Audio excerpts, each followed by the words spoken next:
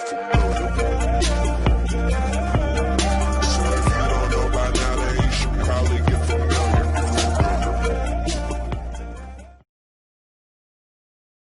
Assalamualaikum warahmatullahi wabarakatuh.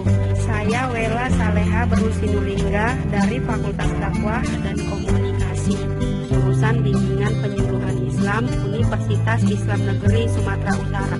Video ini saya buat untuk memenuhi tugas individu dengan tema peran seorang konselor dalam pentingnya memanajemen stres di tengah pandemi COVID-19 dan dibimbing oleh dosen pembimbing lapangan Dr. Sri Sudiarti MA.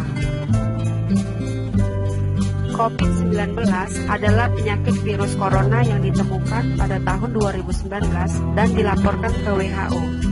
COVID-19 telah menyebar berbagai negara di dunia termasuk Indonesia. Merebaknya wabah ini pun meningkatkan jumlah kasus positif yang terjangkit COVID-19. Akibatnya di seluruh dunia termasuk Indonesia mengalami dampak krisis kesehatan dan ekonomi. Kehidupan semua masyarakat seolah terhenti karena adanya pembatasan, seperti halnya sekolah, bekerja, pelayanan kesehatan, dan lain-lain. Hal ini tidak dipungkiri dapat menyebabkan kepanikan, ketakutan, dan kecemasan pada masyarakat. Maka dari itu, perlu buat masyarakat untuk mengelola stres di saat pandemi dan pembatasan sosial ini berlangsung. Apa saja tanda-tanda seseorang yang mengalami stres, terutama pada masa pandemi COVID-19 ini?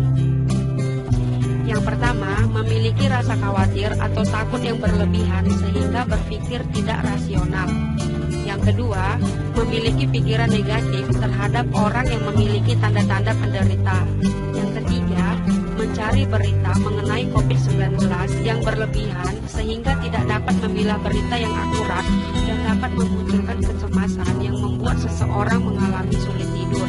Yang keempat, sakit kepala serta sakit fisik dan lainnya. Oleh sebab itu, mengatur atau mengelola stres pada masa ini sangatlah penting. Manajemen stres dapat diartikan sebagai tindakan untuk mengendalikan, mengelola, mengatur stres.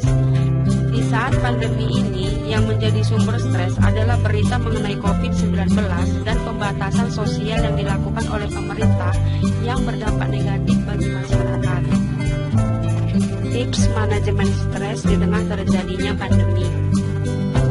1. Olahraga teratur. Olahraga membantu melepaskan hormon endorfin yang mendorong perasaan bahagia dan meningkatkan suasana hati. 2. Terapkan diet sehat.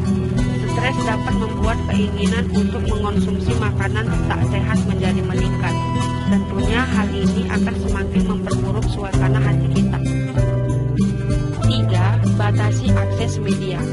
Mendapatkan informasi yang akurat di tengah situasi genting memang sangat penting. Namun terlalu banyak informasi yang kita terima juga bisa menyebabkan kecemasan. Oleh karena itu, kita perlu membatasi paparan media.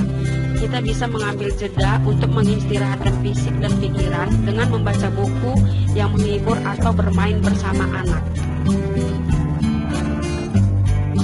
4. Tetap terhubung dengan orang lain. Tetap terhubung dengan orang lain adalah kebutuhan manusia sebagai makhluk sosial. Ketakutan dan isolasi dapat menyebabkan depresi dan kecemasan. Kita perlu membuat titik untuk terhubung dengan orang lain secara teratur. Agar tetap terhubung dengan orang lain, kita bisa memanfaatkan layanan telepon atau video call.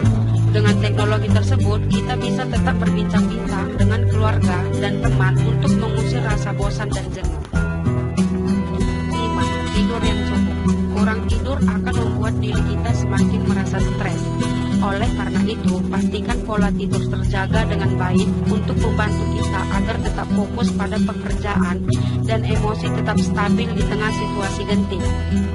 Saya juga menyarankan agar kita menghindari alkohol, kafein, dan nikotin sebelum jam tidur agar kita bisa mendapatkan istirahat malam yang maksimal.